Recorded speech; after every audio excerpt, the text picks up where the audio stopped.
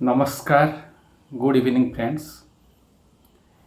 I welcome you all to my English YouTube channel, Life and Economics.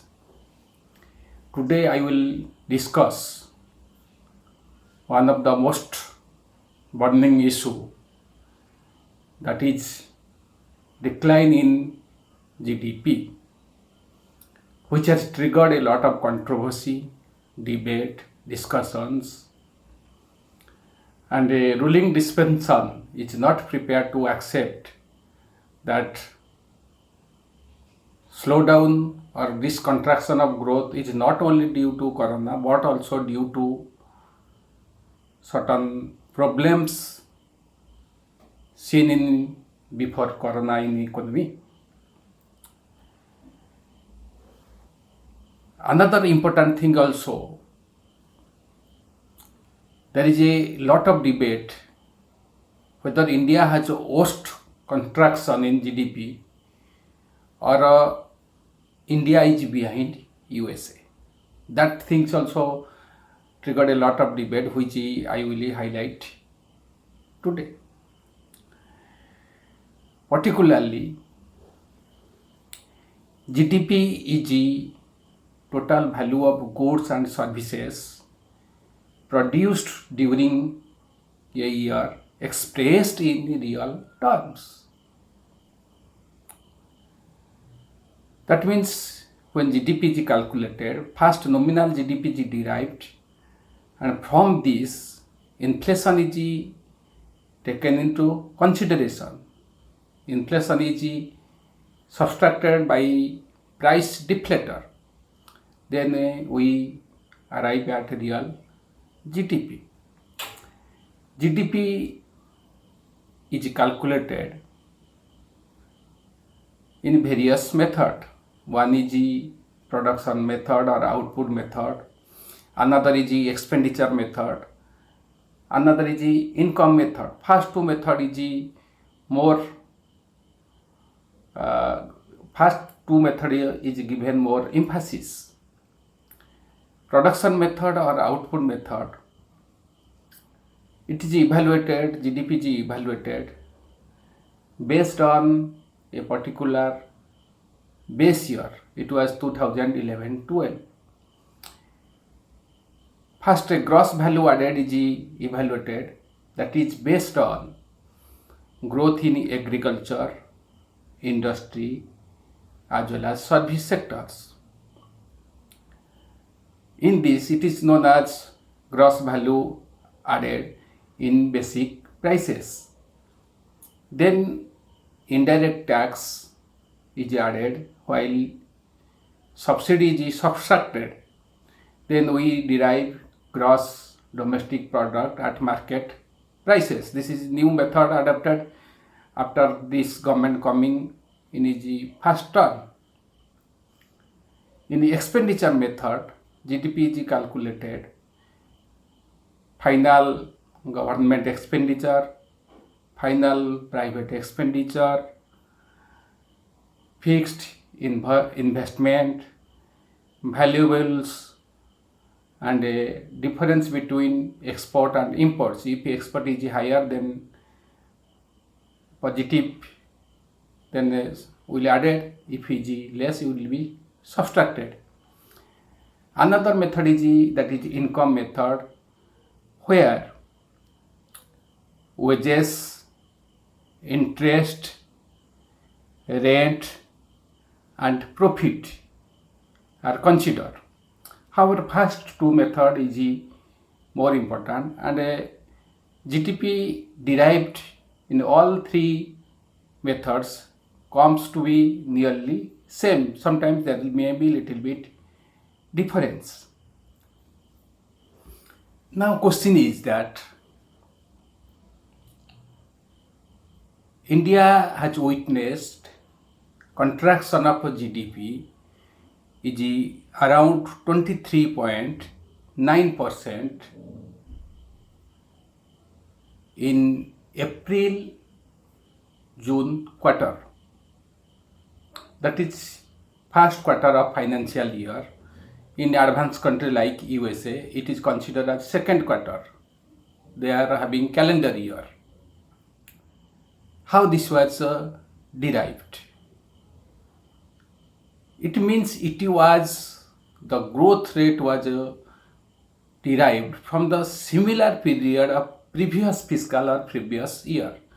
That means what was the value of GDP in April to June quarter of 2019. At that time it was around 35 or 36 lakh crores. This quarter of this year, it has been reduced around 26.9 lakh crores. That means there is a contraction or a decline about 23.9%. But question is that almost all countries have a decline in growth, but our decline, our reduction or contraction is higher than other countries. But as far as USA is concerned, in some important newspapers, magazines, we see there is a decline of growth around 33%, more than 33.7%. But in some other paper, it shows that it is 9.17%. Then question is which is correct? What it was around 33%. In the revised estimate, it is around 31.7%. But in USA, this is calculated not the same quarter of the previous year, but it is calculated based on the previous quarter of this financial year. That means what was the GDP value in April to June and in previous quarter, that is January to March. If this is considered, then USA has a decline of more than 31%. But as in India, we are comparing the growth rate GDP of this quarter April to June, and again based on April June of previous year. If this is considered in USA, then decline of growth rate is 9.1%. So we should compare our decline with 9.1% of USA, not 31 or 32%.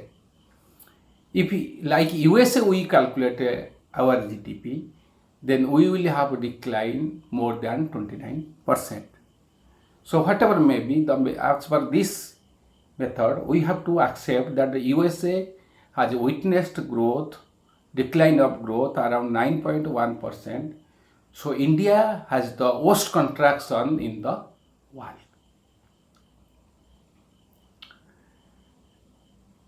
As we know that India had witnessed negative growth previously in 4 to 5 occasions. We had negative growth of 1.2% in 57, 58, then 68, 65, 66, then 1972, 73, and 1979 and 80. After 1979 and 80, this is the next contraction of growth. That means in the last 40 years there was no negative growth and we are witnessing negative growth. Many say that India is recession, some say depression, some say slowdown. Actually, contraction means decline in growth. Slowdown means growth rate declines in each quarter or in each year.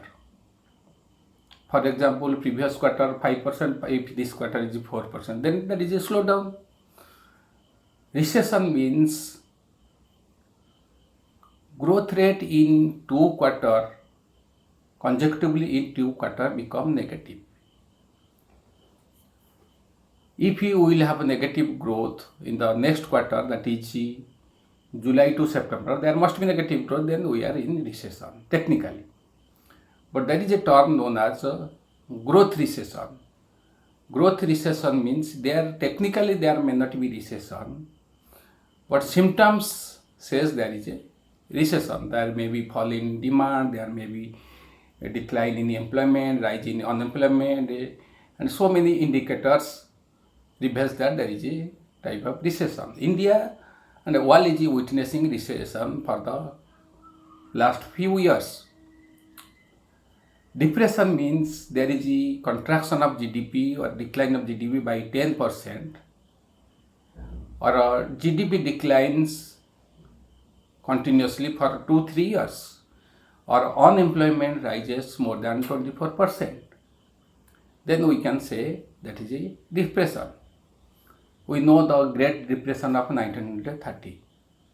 So India is already growth was slowing down, and it is already in growth recession, and it will be in recession, and certainly whether everybody agree or not, entire world is in some sort of depression. If technically may not be, but world economy is in depression, nobody can deny it. Next question comes, what ruling class says that this coronavirus or a corona pandemic is responsible for this decline in growth or recessionary tendency. They do not admit that economy was in doldrums, or economy was slowing down in all indicators. It was in abysmal positions before corona afflicting Indian economy. Let us discuss this. Before corona afflicting Indian economy, the unemployment rate has reached 45 years high of 6.1% in 2017 and 18. Consumer spending was 4-decade low. In November 2019, food inflation was 11 years high. Employment has declined for the first time by 9 million. Demonetization, due to demonetization, employment had declined by 5 millions. There was rise of NPA, there was a decline in credit, and particularly as far as growth is concerned, only 7 days is factored in 2019-20, 7 days of lockdown. But growth rate was 11 years low of 4.2%. And in January-March 2020, growth rate was 3.1%. Let us examine how economy was slowing down. I have the figure. First thing is that let us examine from January to March 2018 quarter. Growth rate was 8.2%. Then next April-June 2008 quarter, 18, growth declined to 7.1%. Next quarter it declined to 6.2%. Next it declined to 5.7%. Next it declined to 5.2%. Next it declined to 4.4%. Next it declined to 4.1%. Then declined to 3.1%. And in this quarter, which is now discussed, April to June, it has negative growth 23.3%. So since January March 2018, growth in each quarter is declining. Indian economy was slowing down. So ruling dispensation cannot tell that economy was in good shape. Let us take a yearly example. It was 8% in 2015 and 16. Then it declined next year 7.1%. Next it declined to 6.6%. In 2018-19 it was 6.1%. Then 2019-20 it was 4.2%. That is 11 years low. If we consider yearly growth or calendar year growth, which is the World Bank, IMF calculate in the advanced country like USA, they calculate growth from January to December. On that basis, we have growth in 2015, that is 8.26%. Next year it declined 7.04%. Next 2017 it declined to 6.12%. In 2018 it declined to 5.0%. So 2019 everybody knows it has declined more. So not only in growth, in all indicator, I don't think it's the growth only indicator of well-being. Even lower growth has impact if the benefit of growth is percolate to all sections of the society. But particularly 1% of the population had garnered the 73% of wealth created in 2017. 1% of the population has 4 times wealth of 95 crore people. So we have a debt-induced growth in the world. Benefit of growth is percolating to richer section of society, but burden of the debt is falling on the masses. So growing inequality, unemployment, poverty, all are major problems in all indicators, whether it is banking deposit has declined, banking credit has declined, NPA has increased, banking fraud has increased, inflation is now, consumer inflation is now so high. So in all aspect, in not only indicator, even in the economic international indicators, there is a India's position, India occupies very abysmal positions. So whatever we see that in what all indicators there is a decline. So ruling dispensation cannot tell that Indian economy is only affected after Corona pandemic. Indian economy was pushed into doldrums because of draconian demonetization, flawed GST, and now poorly planned lockdown. There is a comparison. Always ruling class compares to the worst situation of different countries or different times. Particularly, a student should be strive to become the number one, not to be worst one. So we can ruling class should not try to be worse in all indicators. It should not compare with worst. It should compare with the best. Let us examine. In UPA 1, there was a growth of 8.1%. In UPA 2, there was a growth of 7.79%. But in NDA 2, it was around 7.73%. Now, growth is very, very abysmal. Let us compare the global recession of 2007 and 18 that started in December 2007 and ended in June 2009. At that time, GDP has declined around 4% in the world economy and even more than 4% in the America. There was unemployment 10%.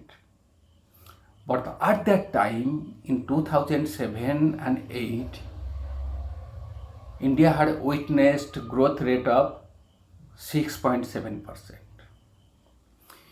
The India was decoupled from global crisis because India had a strong public sector.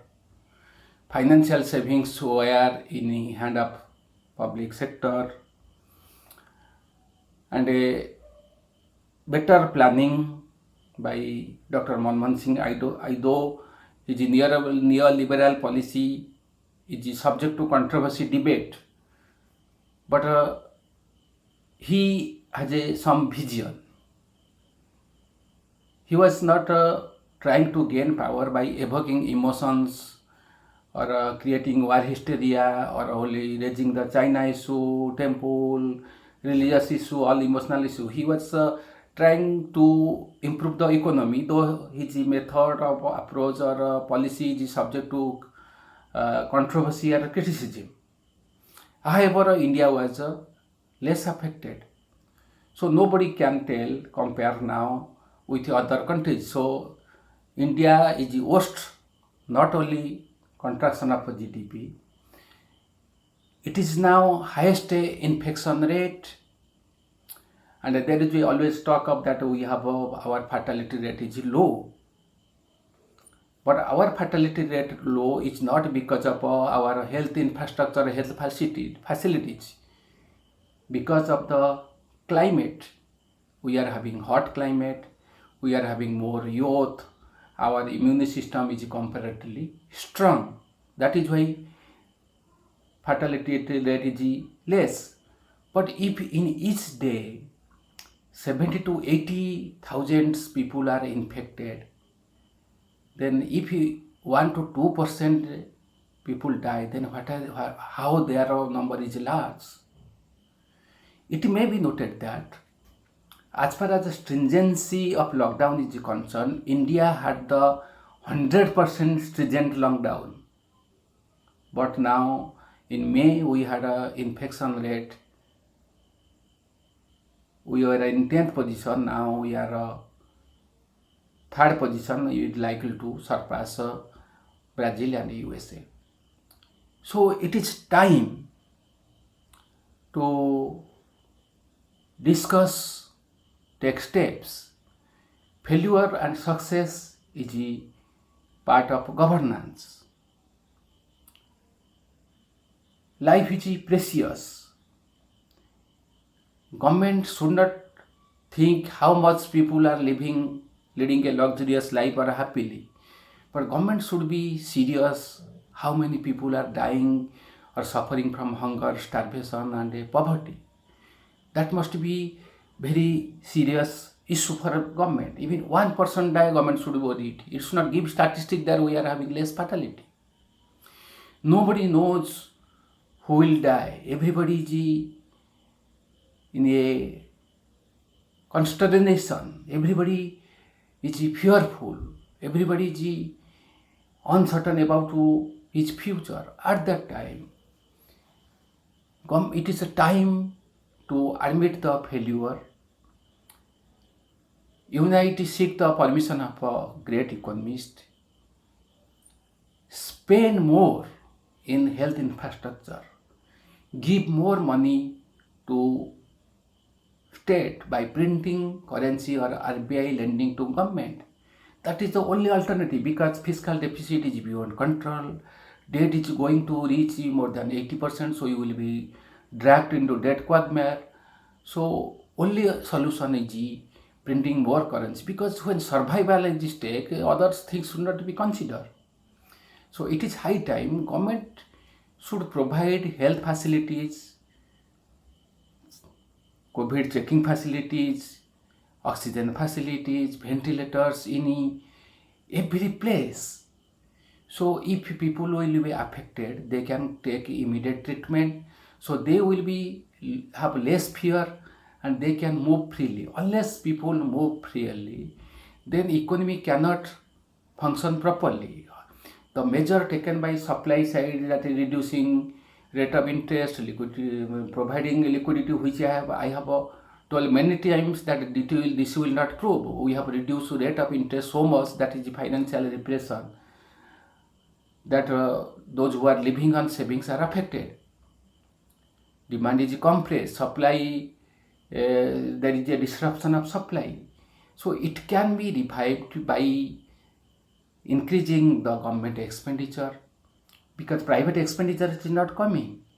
Private investment will not coming. How much government give concession? Because if people have no purchasing power, people do not purchase.